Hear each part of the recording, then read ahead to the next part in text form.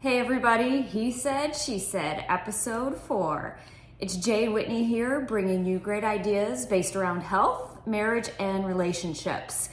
So, sorry we missed a recording last week. It was a really hard and sad week. A week ago today, we lost our family pet, Rocky. And I know that today will probably be around him and what we've learned.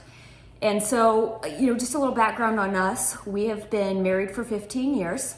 We've been practicing side by side in the health and wellness field as chiropractors for 18 years. We're co-owners of the Wellness Connection here in O'Fallon, Missouri.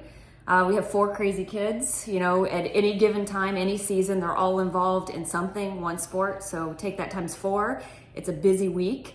So we're part-time taxi drivers, but we also do our best to live a fulfilled life, meaning we have hobbies. We love our date nights. We love health and fitness, so it's a juggling act. And as Jay always says, the struggle is real. Totally real. So, with that, we, in our own marriage, around year 9 and 10, we hit a rough patch. We hit a rocky patch. And we really had to pull on our resources, the things we've done in our life to get past a hard time.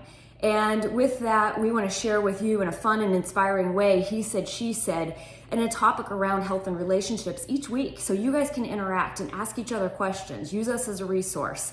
And like I said, usually it's total impromptu, it's fun, inspiring, there's laughing, there's joking. But this week, we know less impromptu. It will be around how we've gotten through a hard time and what we've learned. But I'm gonna let Jay put me in the hot seat first and really just phrase that question.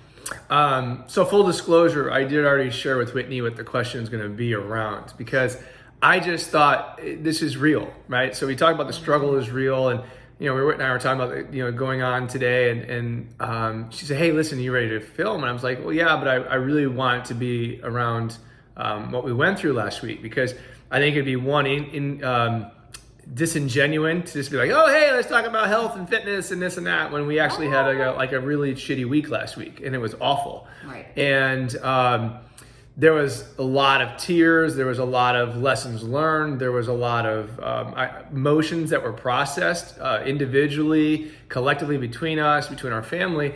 And yet I'm a firm believer that in all pain there's a gift. And it's not going to show itself. You have to actually go and seek it. One of the mentors that really helped craft a lot of my mindset and some of my outlook used to say, if you can't find the gift in your suffering, you haven't looked hard enough. And so, there was a tough week. And so we have 2 options. We can sit there and continue to be sad, which we are healing and still sad. But there's also, when the initial pain starts to wear off, you can start to look at what did you learn from all the events. And so what I want our question to be around today with Whit is not only what did you learn from last week and how you had to handle with things and the kids, but in general, how can you take the lessons you learned from the pain that you had, and what are you going to be able, or how are you going to be able to, put it into your world now moving forward as you be a better mom, better wife, better person, whatever. Like what did you learn, and how are you going to apply it moving forward? So what I learned from losing a family pet who was very dear to us, and first of all, thank you for all of you who gave us cards, comments. I cried with a couple of patients yesterday just talking about our family dogs. It was our first, and I realized how impactful that energy is in your home, and it's like a little person in your home. But what my crazy spunky boxer taught me was to slow down. That's what's so ironic. I mean, I'd be, in the kitchen, I had 10 things to do. I was consumed with what's wrong in the house, what do I need to fix, who do I need to call, all of the material things in the to-do list.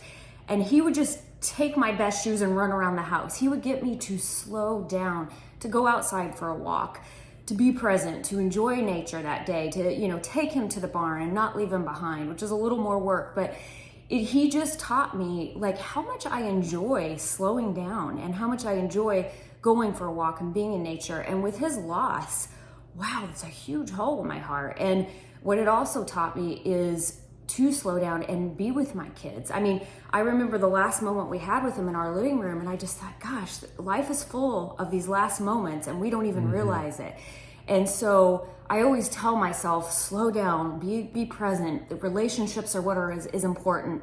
Again, it's not always about material things, the to-do list, get outside, enjoy nature, but he really, really taught me that.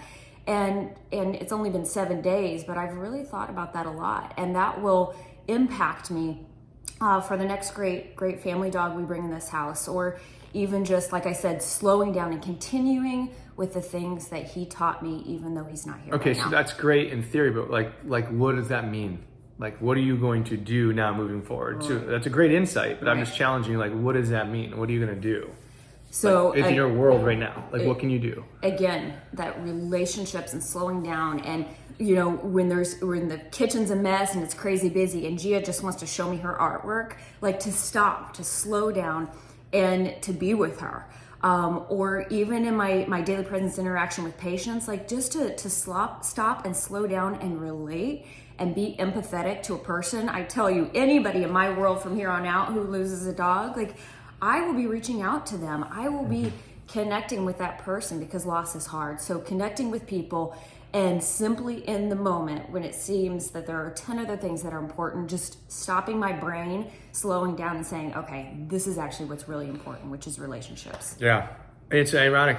So if you guys remember from our very first video, we did the he said, she said, and she's like, all right, what's the one thing I do that bugs you? And I'm like, cleaning. And then she was like, what's the one thing that bugs you? Where she asked me, and it was about the dog and all my rules around the dog. So it's ironic because in losing Rocky, initially I felt a lot of guilt because the last couple years especially, I really just allowed the kids and Whitney to have more fun with him. And I definitely held the line of the rules. And I always felt like I was trying to keep Rocky safe from running out in the road or running out in the woods. And so to protect everyone else. And the irony is all my rules, yet he dies of a cancer, right? Like in gone within 7 to 10 days. So I had a lot of guilt that I didn't have fun time with my dog, that I left that to the kids after, raising him and having fun with him the first couple of years. I started to let the kids do it. And I saw a lot of rigidity in my relationship with him. And I felt a lot of guilt with that. And at the same token, I started to recognize, where is that showing up other places in my life? Like, where am I so rigid that I don't have any more space for, as Whitney said, those moments that you don't know they're going to be the last moment? Like, where can I create more of that in my life? And, as far as like an actionable step or an actionable item that I said, all right, listen, I'm going to simplify all of my targets and all of my goals this year. And instead of like trying to make complexity, run the roost, like I want to do 16 different things and this and that, I'm going to narrow it down, super, super narrow. So I have more space in my mind and in my heart just to kind of embrace everything else.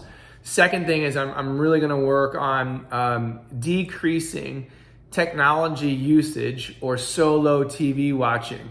I don't do a ton of it, but even still, like I want to make sure that if I am watching television, I want to do it with my kids, right? I want to decrease technology usage at home so I can have that time, that space to be present with them.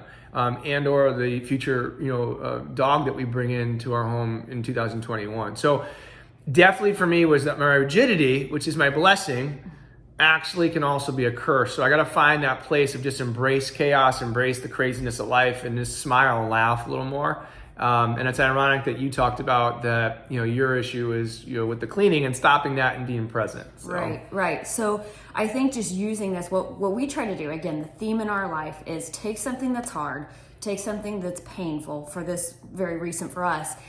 And after we process it with the tears, and believe me, there's been plenty of like physical tears in this house, is again, try to find blessings. Try to find those blessings in for the present and for the future. So we hope you guys can do the same thing. Talk about it, share it, especially if there's a difficult time going right now.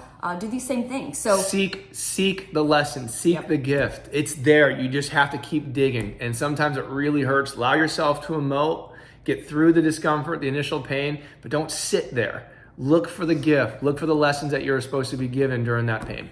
Absolutely. You guys have a great week. Yep. and God bless. We'll see you soon. Take care.